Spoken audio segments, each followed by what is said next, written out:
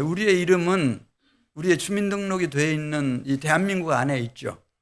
그래서 뭐 우리가 러시아를 간다든지 중국이나 또 다른 나라에 가면 거기에 우리 이름이 없을 수 있겠어요. 혹 있는 분도 계실지는 모르겠지만은.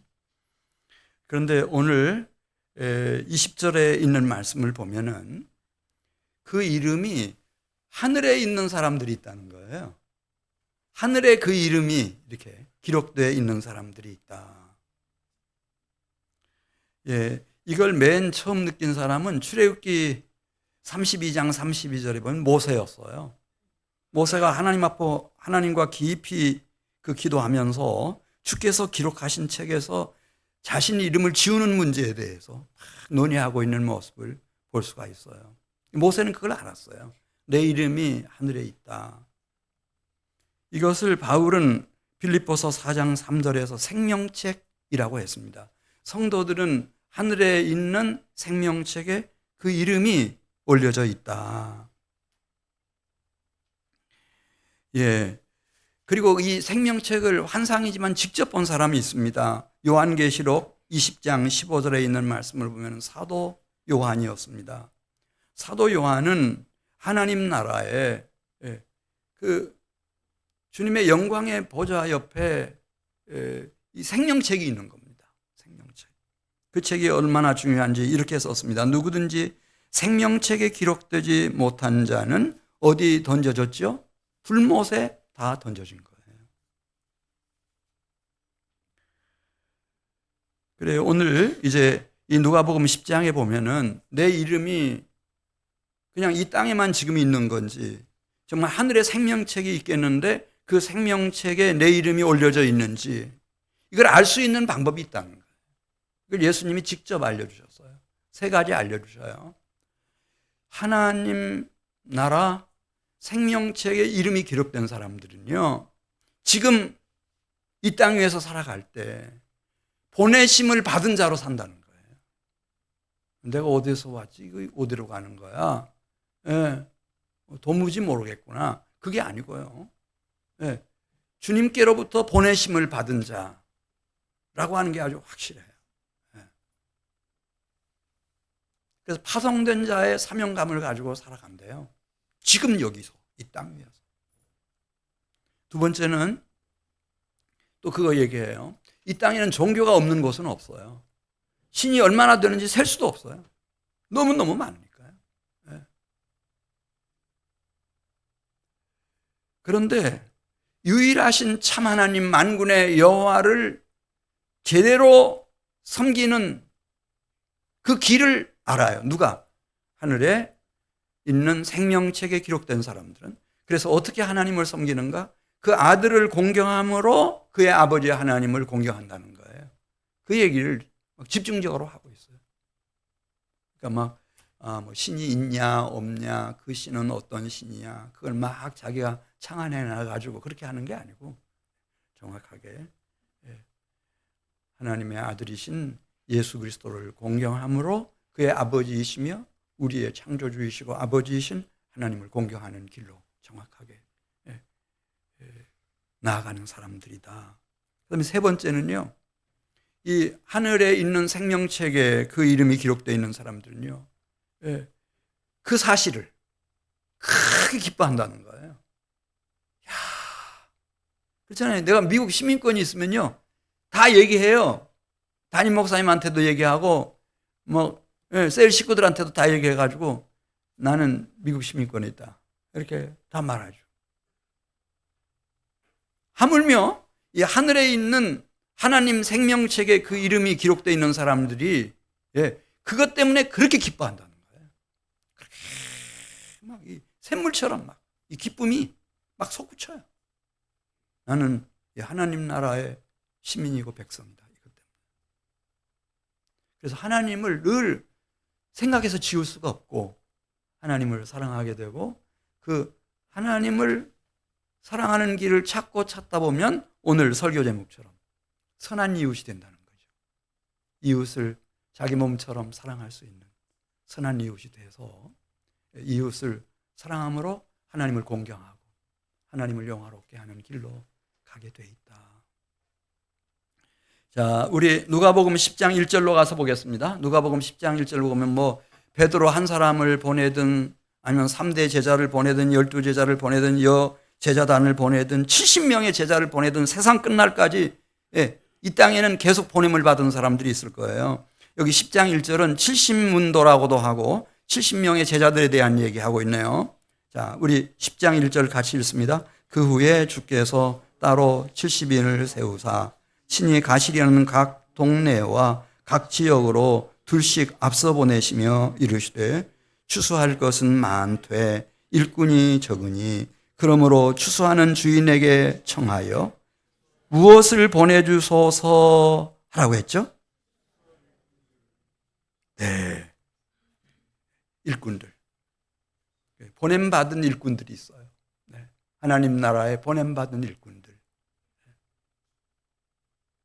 이 사람들은 요한복음 13장 20절에 보면은 이건 하나님 나라의 대사들이에요. 그러니까 우리 눈에는 저거 70문도 중에 한 사람이네, 12제자 중에 한 사람이네, 그런 정도로 넘길지 모르지만 이제 이 영적인 관점에서 보면 요한복음 13장 20절에 내가 진실로 진실로 너희에게 이르노니 내가 보낸 자를 영접하는 자는 누구를 영접하는 거라 그랬죠?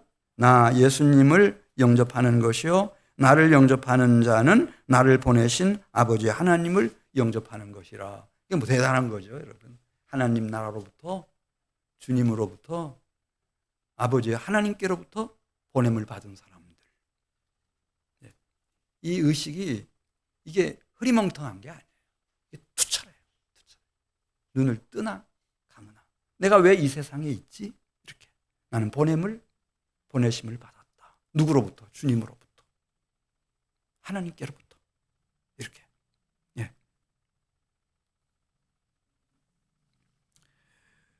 이 사람들은 주님과 나 사이에 보냄을 받은 사람들은 언약이 체결돼요. 언약. 그 언약이 누가복음 11장 9절부터 나오죠.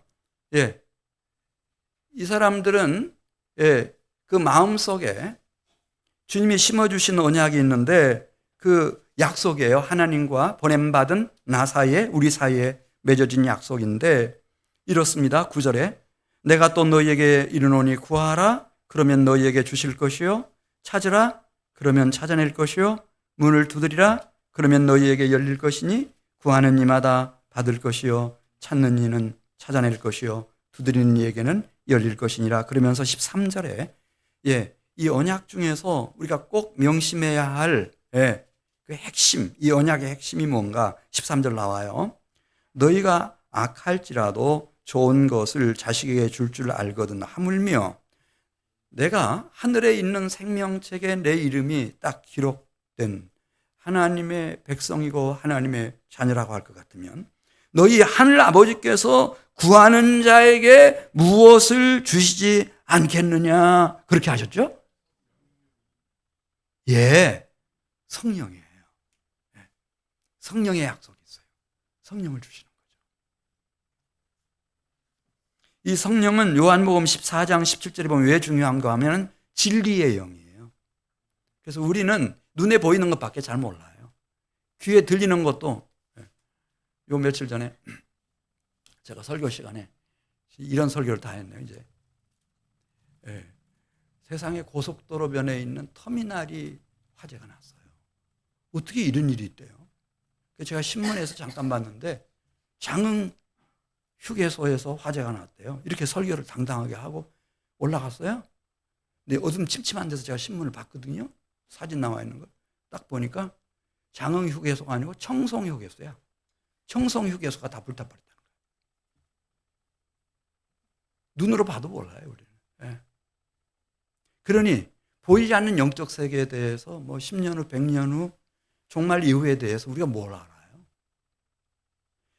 그래 하나님이 우리를 그 나라까지 안전하게 도착하게 만들려면은 진리의 영을 보내주셔야 돼요. 요한복음 14장 17절. 이분이 오시면은 그냥 시간 관계상 요한복음 14장 20절로 가겠어요. 그날에는 이분의 이 진리의 영이 오시면 말이죠. 내가 예수님이 아버지 안에 계시고 너희가 내 안에 있고 내가 너희 안에 있는 것을 너희가 알리라. 그렇게 말씀했어요. 그 영적인 그 신비한 세계를 아주 깊이 있고 정확하게 그렇게 인식하고 인지할 수 있도록 이 진리의 영이 역사해 주시는 거예요. 또 이 영은 누가복음 10장 17절에 보면요.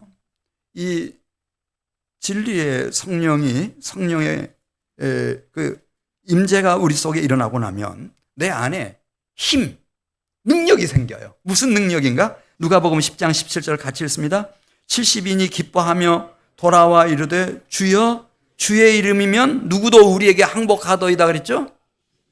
귀신들도 우리에게 항복하더이다.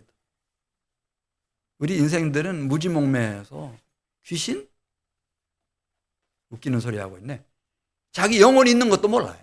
네. 근데 이 귀신, 더러운 귀신들, 악한 영들, 공중권세 잡은 사탄 마귀까지 막 이 제어하며 나아갈 수 있는 그런 힘, 능력, 권능이 실제로 역사해요.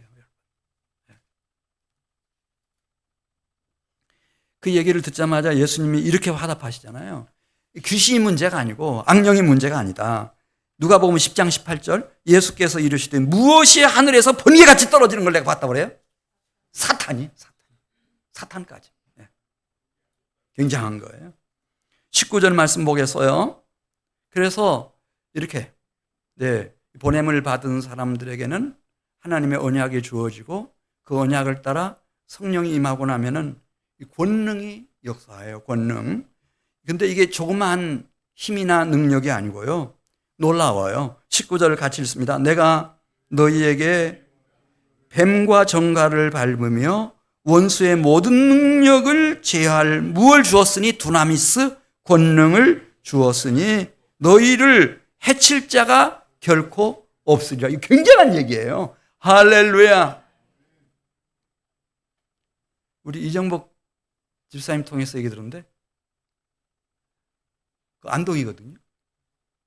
그 어머니를 모시고 나왔는데 그 뒷집까지 다 타버렸다.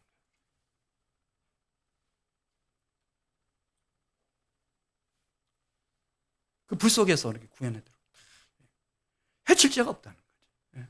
해칠 자가 없어요.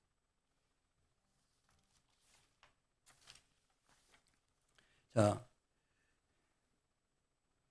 하늘에 있는 하나님 나라 그 생명책에 이름이 올라 있는 사람들이 있다. 그 사람들은 누군가? 주님께로부터 이 땅에 보내심을 받은 사람들이다. 그들에게는 하나님과 자신 사이에 언약이 체결되어 있고 그 언약의 핵심은 성령을 부어주시는 건데 그 성령이 임하면은 그 영적인 신비의 세계를 그게 뭐 그리스도 예수가 됐든 그의 아버지 여호와 하나님이 됐든 또 주님과 나와의 관계, 하나님과 아들의 관계, 아버지와 나와의 관계가 됐든 그걸 다 알 수 있게 해주시고 그 다음에 그 진리를 따라서 살아갈 수 있는 그런 힘, 능력, 두나미스 권능 이게 실제로 온다는 거예요. 왜냐하면 그분이 오셨기 때문에. 그분이 누구죠? 하나님이 보내신 하나님의 외아들, 당신의 오신 모습을 생각하면서 인자라고 하잖아요. 성육신, 인카네이션, 육신을 입고 그분이 오셨기 때문에. 그분이 이 세상에, 이 세계 속에 오셨기 때문에. 이런 새로운 세계가 이제 개막이 된 거예요.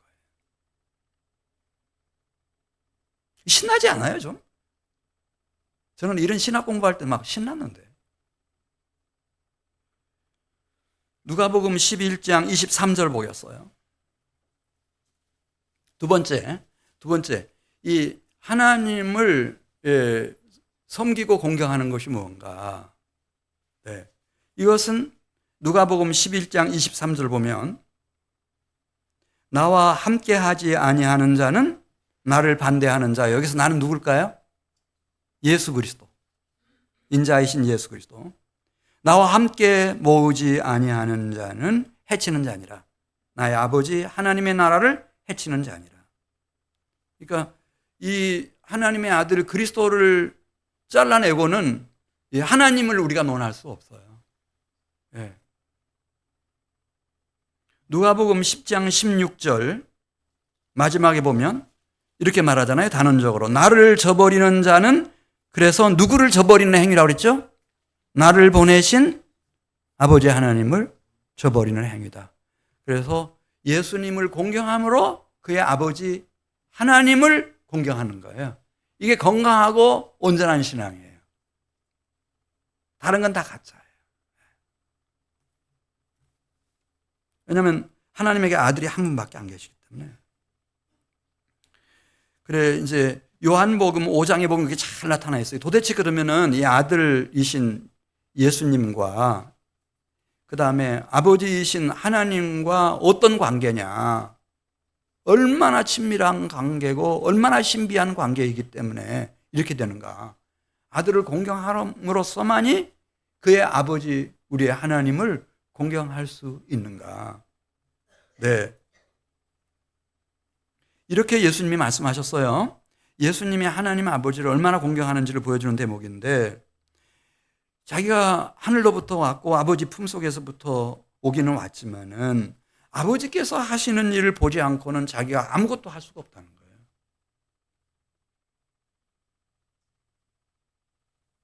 또 말씀했어요. 요한복음 5장 21절 22절 보겠어요. 그러니까 아버지 성부 하나님도 아들을 사랑할까요? 사랑하지 않을까요? 아들이 그렇게 성부 하나님을 공경하니까, 진짜 사랑하니까 아버지도 아들을 사랑하죠. 너무 사랑해서 요한복음 5장 21절 어느 정도인가, 아버지께서 죽은 자들을 일으켜 살리심 같이 아들도 자기가 원하는 자들을 살리느니라. 아버지께서 아무도 심판하지 아니하시고 심판을 다 사랑하고 정말 신뢰하는 아들에게 다 맡기셨으니 이는 모든 사람이 아버지를 공경하는 것 같이 아들을 공경하게 하려 하심이라. 아들을 공경하지 아니하는 자는 그를 보내신 아버지도 공경하지 아니하느니라. 그렇게 말씀했어요. 그러니까 이 아버지와 아들의 그 친밀함, 깊은 사귐, 완전한 영적인 하모니, 이걸 해칠 수 있는 사람은 없어요. 그 사이에 누구도 들어갈 수가 없어요.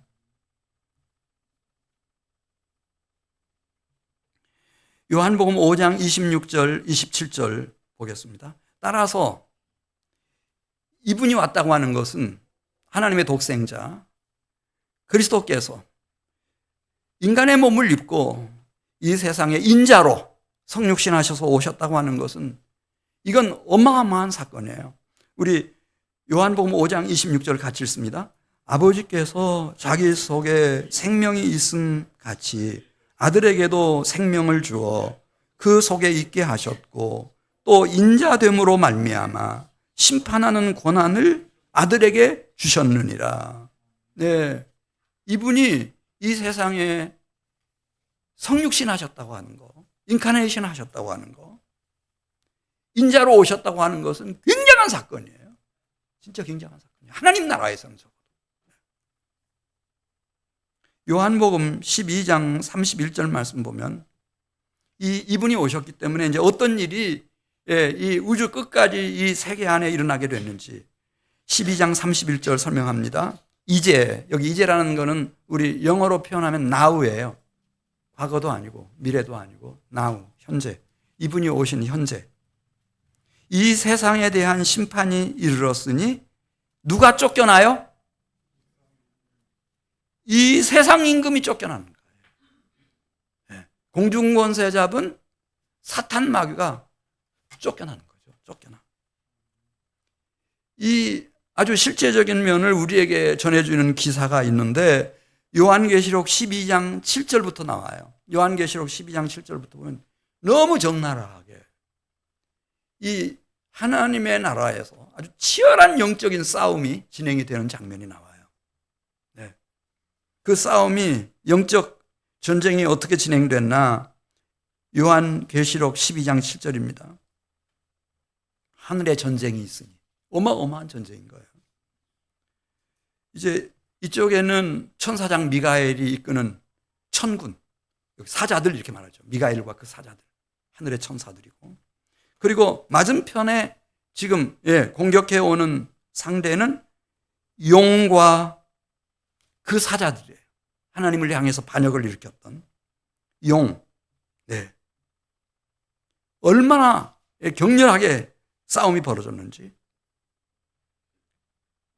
양편에서 사생결단하고 싸우는 거예요. 근데 결과가 어떻게 됐죠? 큰 용이 수세에 몰리면서 쫓기기 시작합니다. 그 큰 용의 이름은 옛 뱀이라고도 하고 마귀라고도 하고 사탄이라고도 합니다.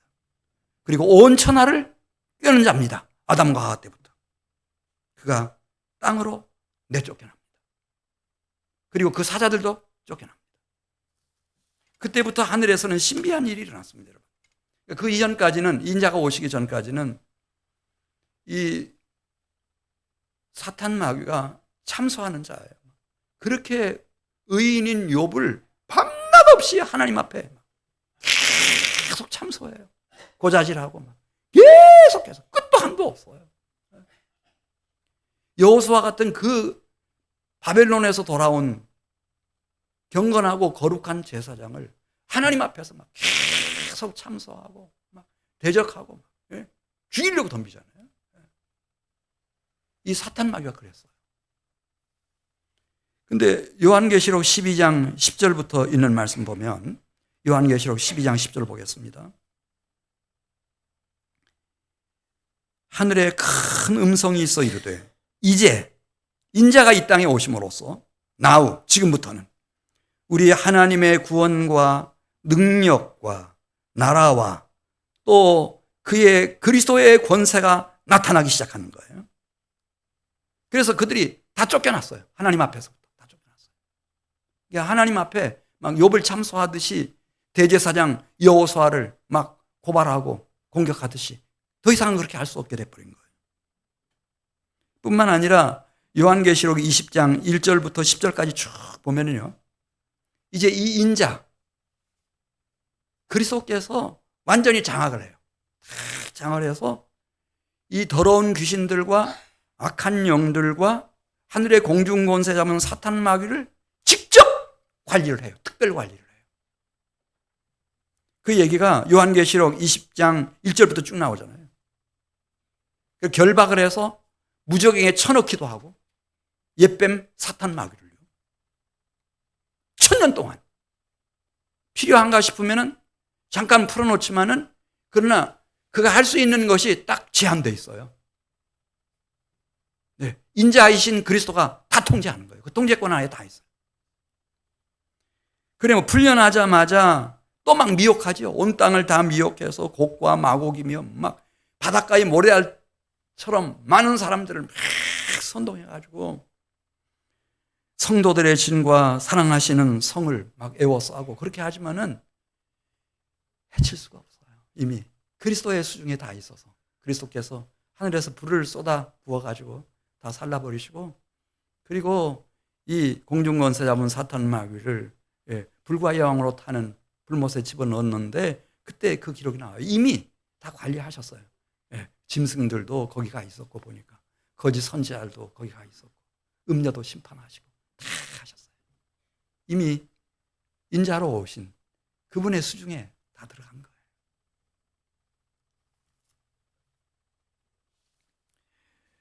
거예요. 지금 제가 두 가지 말씀드렸어요. 하늘이 있듯이 하나님 나라가 있고 그 하나님 나라의 생명책에 이름이 기록된 사람들이 있다. 이 사람들은 죽어봐야 아는 게 아니고 예수님이 오늘 이 누가복음 10장을 중심으로 해서 알려주십니다. 이 사람들은 이미 이 땅 위에서 살아갈 때 주님께로부터 보냄을 받은 자라고 하는 자기 영적인 정체성을 가지고 살아간다는 거죠. 네. 그 다음에 두 번째, 이 사람들은 하나님을 섬기는 법을 알고 있어요. 어떻게 하나님을 섬긴다고요? 아들을 공경함으로써 아버지 하나님을 공경하는 사람들이에요. 네. 그리고 마지막 세 번째, 이제 누가복음 10장 20절에 있는 말씀을 보면 이 사람들은 무엇 때문에 기뻐하죠? 돈 때문에 기뻐합니까? 내가 당선이 돼서 기쁜 겁니까? 내가 성공을 해서 기쁜 겁니까? 왜 기쁘죠, 이 사람들은? 우리 20절 같이 읽습니다. 그러나 귀신들이 너희에게 항복하는 것으로 기뻐하지 말고 너희 이름이 어디에 기록된 것으로 기뻐하라 하시니라 했죠?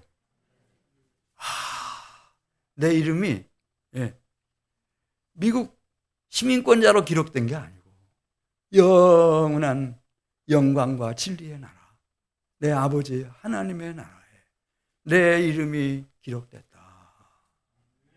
그래서 내가 하나님 나라의 백성이 되고 하나님의 자녀가 되고 신민이 됐다.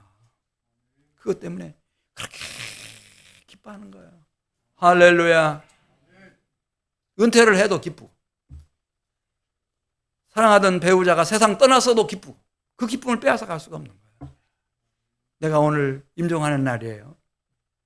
우리 권사님들 기도 많이 하시는 분들 보면은요, 이야, 참. 그냥 부흥이에요, 부흥. 그렇게 기뻐해요.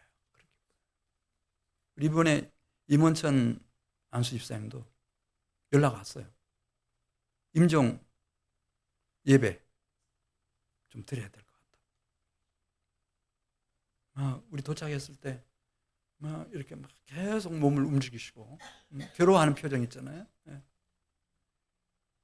근데 딱 기도로 예배 마쳤어요. 조용해지고 고요해졌어요. 그렇게 평안할 수가 없어요. 누가 봐도 얼굴 표정부터 시작해서 온몸 동작하는 게. 그러니까 거기 임종 예배에 참관했던 모든 분들이 다 말했어요. 나오면서 딸이 말하기를, 아버지 잘 주무세요. 내일 제가 꼭 올게요. 손자도 말했어요. 할아버지 편안히 이렇게 잘 주무세요.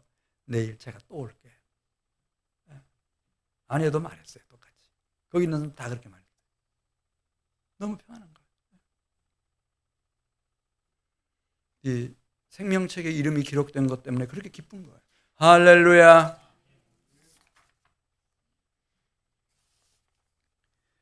자, 우리 누가복음 10장 21절 보겠어요.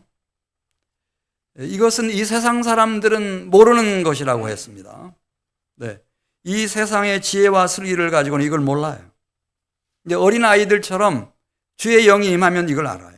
자, 우리 21절 같이 읽어요. 그때에 예수께서 성령으로 기뻐하시며 이르시되, 천지의 주제이신 아버지여, 이것을 지혜롭고 슬기 있는 자들에게는 숨기시고 어린아이들에게는 나타내심을 감사하나이다. 옳소이다. 이렇게 된 것이 아버지의 뜻이니이다. 22절 내 아버지께서 모든 것을 내게 주셨으니 아버지 외에는 아들이 누구인지 아는 자가 없고 아들과 또 아들의 소원대로 계시를 받은 자 외에는 아버지가 누구인지 아는 자가 없나이다 하시고, 이 세상의 지혜, 이 통치자의 지혜를 가지고는 하나님을 어떻게 알아요? 그리스도를 어떻게 알아요? 아무것도 몰라요. 눈에 보이는 그거밖에. 23절 보겠어요. 23절. 그래, 정말 복 있는 사람이 누군지를 주님 말씀하시잖아요. 예. 바로 진리의 성령의 인도하심을 따라, 예. 인자가 누군지, 인자의 아버지 하나님이 누군지, 어떻게 나는 그분들과의 관계 속에 들어가서 하늘에 있는 생명책에 내 이름이 기록되어 있는지 이거 알고, 그래서 나를 그런 관점에서 보고 내 말을 듣는 사람들, 복 있는 사람들이다. 우리 23절 같이 읽습니다.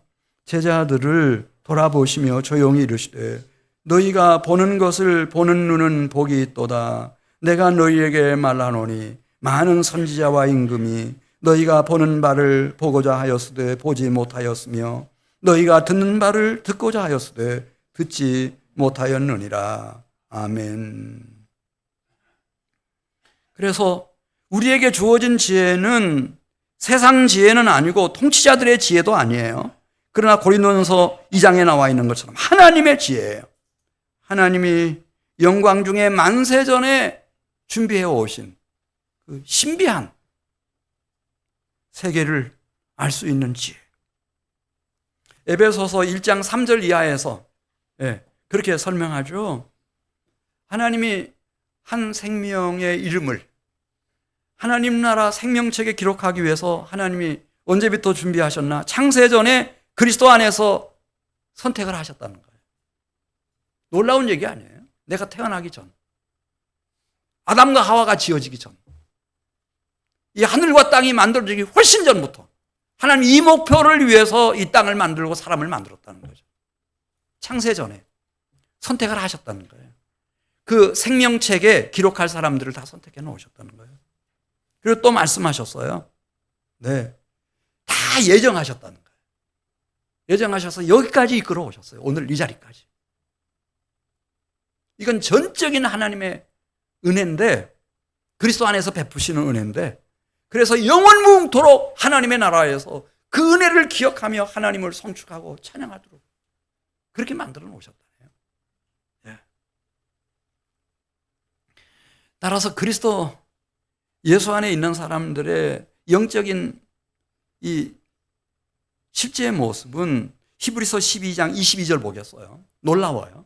제가 자주 인용하는 말씀인데, 지금 우리가 도착해 있는 이 영적인 이 장소 어딘가, 히브리서 12장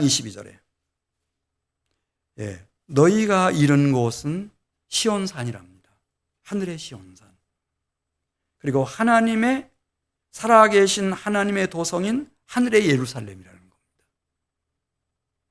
그곳에는 천만 천사가 있고 하늘에 기록된 장자들의 모임이며 머리이신 그리스도 예수의 교회이며 만민의 심판자이신 하나님이 계신 곳이며 온전하게 된 의인의 영들이 있는 곳이며 새 언약의 중보자이신 예수님과 그분의 피가 흐르고 있는 그 안에 우리를 하나님이 이끌어 들이셨다는 거예요. 그래서 우리가 하늘에 있는 생명책에 이름이 기록될 수 있었다는 거예요.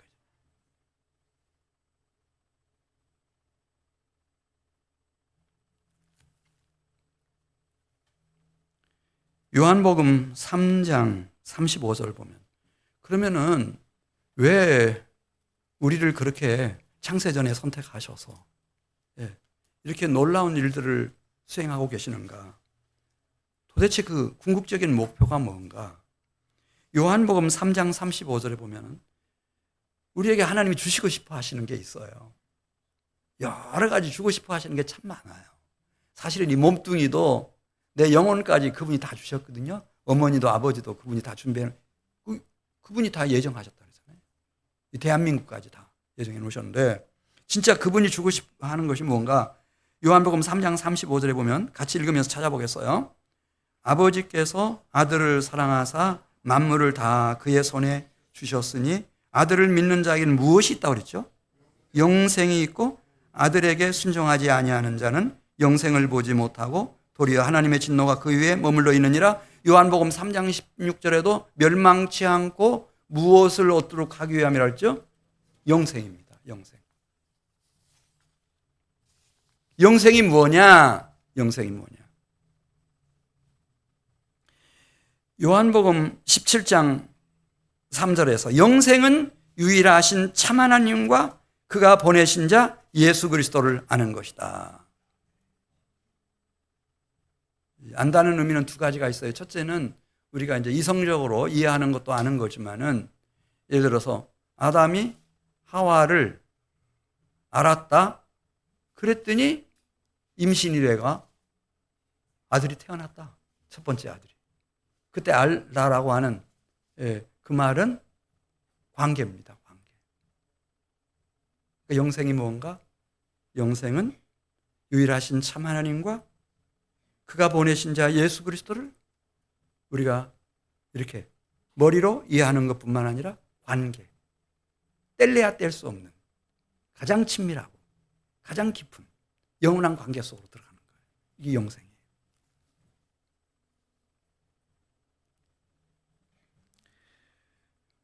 자, 예수님이 이렇게 막 가르쳤는데 그 회중들 중에 이제 누가복음 10장 25절에 보면 예수님의 가르침을 잘 귀담아 듣고 있는 사람 하나가 있었어요. 율법사 그렇게 나오죠. 율법교사. 그러니까 이 사람은 학자예요. 율법학자. 어려서부터 평생을 율법 연구에 다 쏟아부은 율법학자가 예수님께 질문을 해요. 그러니까 예수님이 하는 얘기를 알아들었어요. 질문해요. 뭐라고 질문해요? 선생님, 내가 무엇을 하여야 영생을 얻으리까? 질문다운 질문이 하나 나왔어요. 진짜 오랜만에. 네. 선생님, 내가 무엇을 하여야 영생을 얻으리까? 그러니까 뭐 예수님 보통 분 아니잖아요. 단반에 그냥 얘기 안 해도 알아요. 저 율법사라는 거 알아요. 율법학자라는 거 알죠. 그래서 예수님이 다시 물으셔요. 율법에 무엇이라 기록되었으며 내가 어떻게 읽었느냐. 율법을 어려서부터 평생을 연구해온 학자로서 그 율법에 무엇이라고 기록되어 있고 너는 그것을 어떻게 읽었느냐.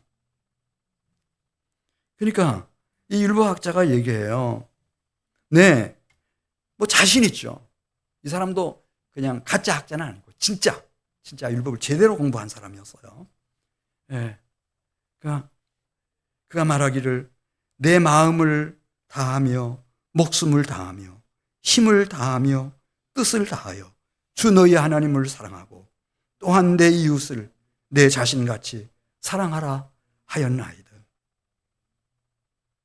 그러니까 예수님이 그 말을 듣고 너무 기뻐하시면서 내 대답이 옳도다. 이를 행하라. 그러면 살리라. 영생을 살게 된다는 거죠. 살리라.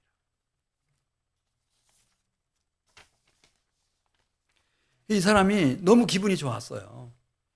자기를 알아주는 사람이 하나 생겼는데 그분이 예수님이신 거예요. 네가 지금까지 공부하고 지금까지 탐구한 게 맞다는 거죠. 하나님을 사랑하는 것이고 그래서 이웃을 내 몸처럼 사랑하는 거다. 내친 김에 정말 예수님의 관심을 독점하고 싶은 생각이 들었는지 그렇게 질문을 해요. 자, 하나님 사랑하라는 말은 이해를 하겠어요. 하나님 사랑해라. 마음을 다하고 목숨을 다하고 뜻을 다하고 힘을 다해 사랑해라. 근데 내 이웃을 내 몸처럼 사랑하라. 근데 그런 이웃을 이 사람이 못 만났어요. 괜찮은 것 같아서 가까이 가보면 다 흠결이 있어요. 불비한 면이 다 있죠. 네. 누구든지 다 냄새나죠. 뭐. 네. 거짓되고 음란하고 이기적이고 다 거기서. 그래서 지금까지 제대로 이웃을 사랑해 본 일이 없어요. 한 번도. 왜냐면 그런 이웃을 못 만났으니까. 그래서 주님 앞에 주님 그럼 제 이웃을 한 사람 좀 추천해 주십시오. 그런 의미로 내 이웃이 누굽니까? 이렇게 물었어요. 근데 예수님이 그때 말씀하셔요. 한 사람이 예루살렘에서 여리고로 내려가다가 강도를 만나가지고 이 흉악한 강도들이 다 털어가 버렸다는 거예요. 옷까지 속옷까지 다 벗겨갔어요. 그리고 자기들이 한 행동을 감추기 위해서 완전 범죄를 노렸는지 얼마나 악랄하게 폭행을 가해가지고 이 사람 죽어가고 있었어요. 너무 많이 맞아서. 거기 제사장이 지나가게 됐다. 제사장이 금방 알아요. 네. 아, 여기 강도가 출몰했구나. 한 사람이 희생당했구나. 막 겁에 질렸는지 두려움에 질렸는지 막 슉 빠져나가요. 레위 사람 또 하나가 그날 무슨 절기가 예루살렘에서 마치고 이제 돌아가는 길인지 그 레위인도 마찬가지였어요. 네. 그냥 못 본 채하고 그냥 지나가는 거예요. 저 혹시 저거 죽은 것 같은데 시체 만졌다가 내가 부정을 타면 그다음에 또 내가 내일 가서 성전에서 뭐 사역해야 되는데 이게 낭패다 이렇게 생각했는지 얼마 후에 사마리아 사람 하나가 휴가 받았나 봐요. 여행을 예루살렘에서 떠나는 중이었는데 멀리 보니까 금방 알죠. 강도 만난 사람이 하나 쓰러져 있어요. 서둘러서 다가가죠. 살펴보니까 숨만 헐떡이고 있어요. 이대로 두면 죽어요. 이대로 좀 죽어요.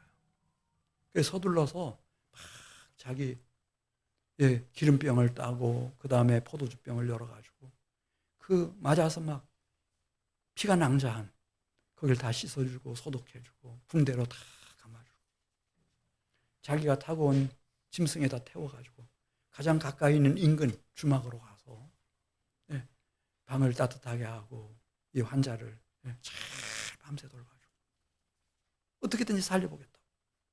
근데 그 다음날 그 다음 성읍에서 이제 친구들과 약속이 있었는지 피치 못할 사정으로 떠나게 됐어요. 주막 주인에게 2데나리온을 내주면서 노동자 이틀 품삯이니까 이게 적은 돈은 아니죠. 좀 이 사람 좀 살려달라고.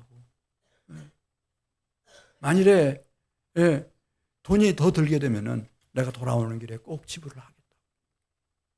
그 얘기를 하시면서 예수님께서 이 서기관에게 물어요. 거기 지나간 3사람 중에 누가 강도 만난 사람의 이웃인가? 이웃을 추천해달라고 하는 이 서기관에게 주님이 말씀하셔요. 누가 그의 이웃인가?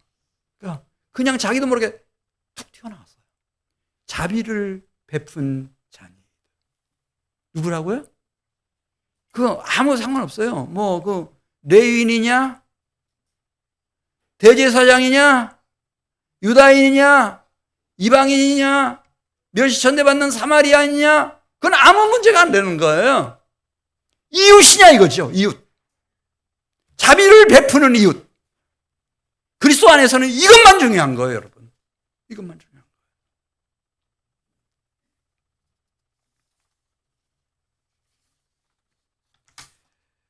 거예요. 요한복음 4장, 요한일서 4장에 보면은 이 하나님의 마음이 요한일서 4장 9절 이 강도 만난 사람을 찾아오시는 선한 이웃의 마음이에요. 요한일서 4장 9절 하나님의 사랑이 우리에게 이렇게 나타난 바 되었으니 하나님이 자기의 독생자를 세상에 보내심은 그로 말미암아 강도 만난 나를 강도 만난 우리를 어떻게 하기 위함이라고 그랬죠? 살리기 위함이라는 거예요. 이게 아버지 하나님의 마음이에요. 요한 1서 4장 10절에서도 하나님이 우리를 사랑하사 우리 죄를 속하기 위하여 화목제물로 그 아들을 보내셨습니다. 사랑하는 자들아 하나님이 같이 우리를 사랑하셨은즉 우리도 서로 사랑하는 것이 마땅하도다. 하나님 나라 생명책에 기록된 사람들에게 최고의 가치는 믿음이죠? 소망입니까? 믿음, 소망, 사랑 이 3가지는 항상 있을 것인데 그 중에 제일은 사랑입니다. 예수님도 이 세상에 오셔서 33년 살고 가셨는데 그 비장한 결심이 그 남다른 각오가 뭐였는지 아세요? 요한복음 10장 10절에 도둑이 오는 것은 도둑질하고 죽이고 멸망시키는 강도짓하는 목표를 가지고 왔지만은 내가 온 것은 그 강도 만난 내 양의 생명을 구하는 것이고 더 풍성한 삶을 얻도록 하는 것이고 나는 선한 목자라 선한 목자는 양들을 위해서 강도 떼들에게서부터 내 양떼들을 구하기 위해서 목숨을 버린다. 그거였습니다. 여러분.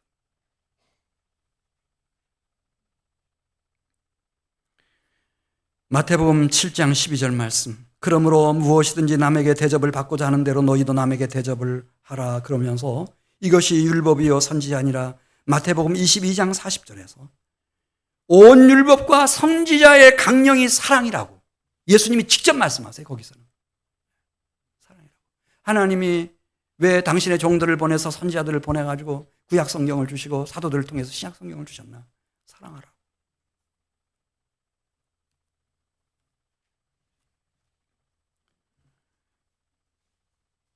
다른 것은 다 2차적이고 3차적인 거예요.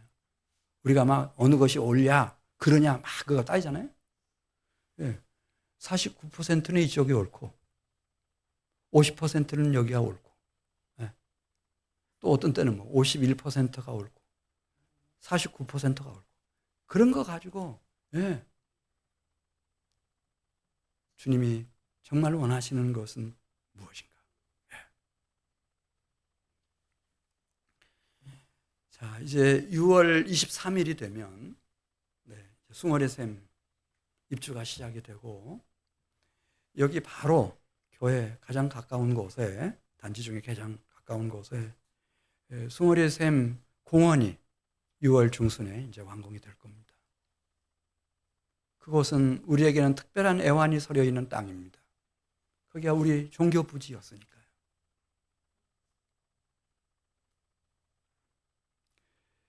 거기 공원이 완성되고 나면은 우리 교회는 이 단지 안에 있었습니다. 이 단지가 한민교회 교구입니다. 그 안에 성도들 많이 살았습니다.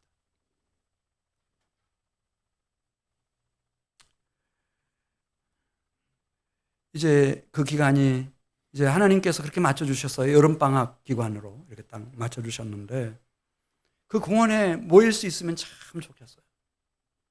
방학 기간에. 오전부터 시작해서. 그냥 영아부 아이들이라도, 유치부 아이들이라도, 더 연옥회까지, 어르신들까지 다 그 공원에 모였으면 좋겠어요. 거기 모여서,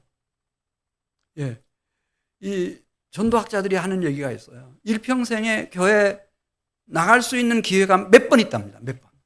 그 중에 최선의 기회가 이사했을 때라는 거예요. 이사했을 때. 여기 단지에 이사 오는 사람. 좀 우리가 다가가서 인사하는 겁니다. 수고 많으시네요. 날씨가 많이 덥죠. 그러면서 내가 다가가서 먼저 인사하는 겁니다. 그럼 그 사람이 좀 놀랄 거예요. 뭐 모르는 사람이 나한테 이런 인사를 하나. 그렇게. 좀 그 곁에 있어 주세요. 그냥. 기도하는 마음으로 있어 주세요. 이분들을 내가 만나서 오늘 인사를 건넸는데, 이들의 마음을 주의 성령께서 감동하셔서 좀 얘기를 들 수 있도록 그렇게 좀 해주세요. 근데 뭐 아무 관심도 없어요. 막 너무 바쁘고 힘들어 하니까. 그래 막 땀을 뻘뻘 흘리고 여름이니까. 그래 내가 안타까워하는 마음으로 여기 부스 다 준비할 거 아니에요. 그 전도하는 데 쓰는 돈 가지고 자꾸 뭐 얘기 걸고 그럴 사람은 없겠죠. 그럼 그 시원한 물이라도 갖다 드리고, 그리고 곁에서 관찰하는 거예요. 관찰해요. 그러면은 보세요. 하나님이 성령으로 일하셔요. 대화를 트게 만드죠. 반드시 대화를 트게 만드셔요. 혹시 여기 좀 괜찮은 식당 없어요? 이렇게. 지금 식사 때가 됐으니까. 그렇게 묻는다든지. 반드시 얘기를 트게 만드실 거예요.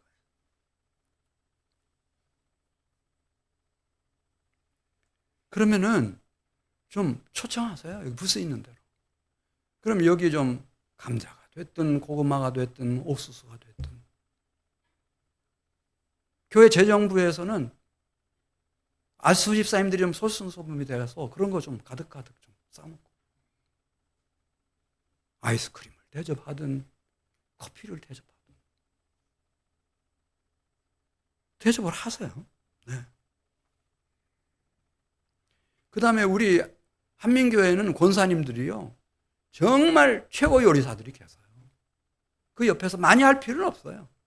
꼭 필요한 사람에 몇 개라도 부침개도 하고, 거기 더우면은 교회에서 해가지고 하면 되지. 그래서 마음을 나누고, 좋은 이웃이네 얘기하다가, 거기 지금 이제 이사했으니 막 살림 정리하고 하려면 몹시 바쁘겠는데 어린 아이들이 있어요. 아니 방학 때가 돼서 지금 초등학교 다니는 아이들이 있어요. 중고등학생들이 있어요. 그러면 얘기하세요. 여기 바로 보이는, 거기서 공원에서 보이거든요. 여기 한민교회. 거기 가면은 아이들 돌봄 센터, 방학 동안 영어 돌봄 센터가 열린다. 우리 한민교회 안에는요 다 있어요. 영어 아주 유창하게 하는 사람들, 미국에서 살다 오신 분들도 계시고, 그분들이 헌신해서 종일 영어 가르치라는 거 아니에요. 할 수 있을 만큼 1시간도 좋고 40분도 좋고. 그래서 데리고 여기 오고 또 카페에 들려서 같이 얘기도 하고 그리고 얘기하는 거죠. 보니까요, 이 숭어리샘 아파트가 12동입니다.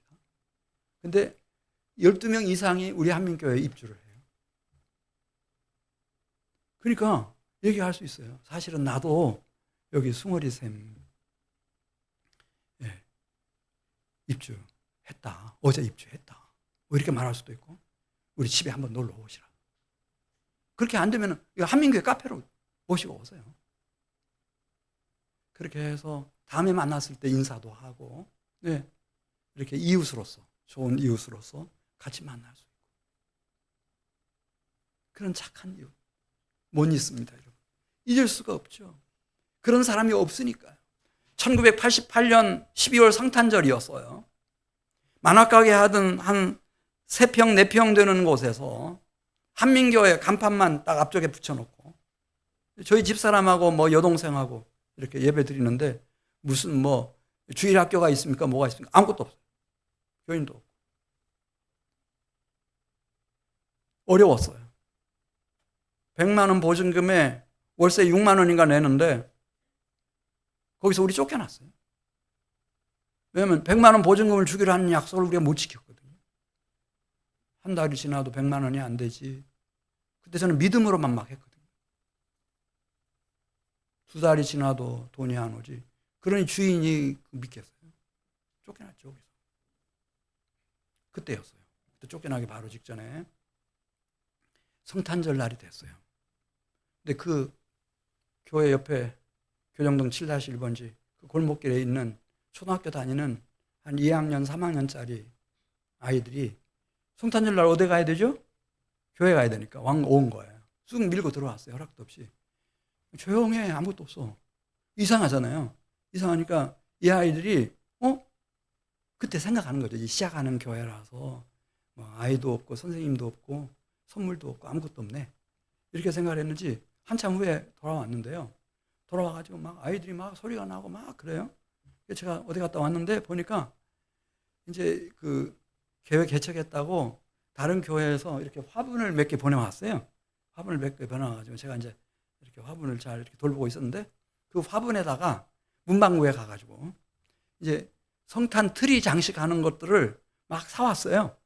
사다가 이 아이들이 거기다 다 이렇게 메고 막 이렇게 가지고 깜짝 놀란 거예요. 제가 왔는데 크리스마스가 왔네요. 예배당 안에. 야, 제 평생의 최고의 성탄절이에요. 하나님이 일하시는구나. 하나님이 일하시는구나. 교인 없지만은 돈도 아무것도 없지만은 하나님이 일하시는구나. 너무 큰 감격이었어요. 우리 한민교회 성도 여러분들이 여기 입주하는 분들에게 좀 무리한 것 같지만 문 열고 들어가세요, 여러분. 괜찮아요. 주님이 보낸 파송을 받은 주님의 대사들이기 때문에 괜찮아요. 그리고 그들을 자비로 대하세요. 자비로 대하세요. 지금 우리 기독교가 왜 이렇게 위기에 처한지 아세요, 여러분? 너무 똑똑해졌어요. 유교, 불교, 카톨릭보다 제일 똑똑한 소리 많이 하는 게 기독교인들이에요. 세상이 원하는 건 그걸 원하는 게 아니에요. 강도 만나고 환난 당하고 공고하고 지금 쓰러져 있는 사람, 이 사람에게 자비를 베풀 사람을 찾고 있는 거예요. 똑똑한 사람은 국회 가보세요. 그게 많아요. 우리까지 그거 나설 필요는 없어요.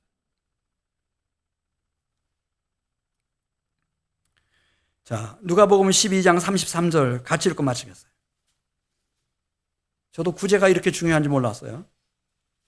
근데 누가복음 12장 33절 보면 너희 소유를 팔아 구제하여 낡아지지 아니하는 무엇을 만들라고 그랬죠? 하나님 나라에 가져갈 배낭을 만들어라는 거죠. 이번 여름 방학에 우리가 70일 동안 내가 공원에 그냥 나오는 거예요. 저도 나갈 거예요. 나가서 교회에서 지원하는 것은 지원하는 것이고, 그런데 부족하다 싶으면 내 시간 쓰라는 거죠. 내 돈 쓰라는 거예요. 꼭 필요하면 내 소유를 팔아가지고 낡아지지 않는 배낭을 만들어라는 거예요. 그래서 이 땅에 주님의 나라를 일으키는 거예요. 이렇게 할 수 있는 잠재적인 역량을 가진 교회 중에 가장 대표적인 교회, 성도 여러분들. 우리는 1995년에도 이미 그걸 경험을 했어요. 시간 다 내고 물통, 그 무거운 물통 들고 다 했어요. 다 쏟아져 나갔어요. 한문교회로. 들어올 장소가 없었어요. 지금 1995년이니까 지금 30년 됐네요. 하나님이 지금 기회를 주신 거예요. 누가? 강도 만난 자, 환난 당한 자, 공고한 자, 지금 기진하여 쓰러져 있는 자의 선한 이웃이 될 것인가? 여기에 다 걸려져 있어요. 용기 내시기 바랍니다. 손에 손잡고 떨치고 일어나기 바랍니다. 여러분들 속에 다 주셨습니다. 다 하실 수 있습니다. 그리고 우리가 하나님 나라 갔을 때 그 이야기를 나눕시다. 하나님, 우리는 숭어리샘 아파트 여리고 성처럼 우리는 돌아왔습니다. 매일 돌아왔습니다. 그리고 우리는 하나님의 위대한 역사를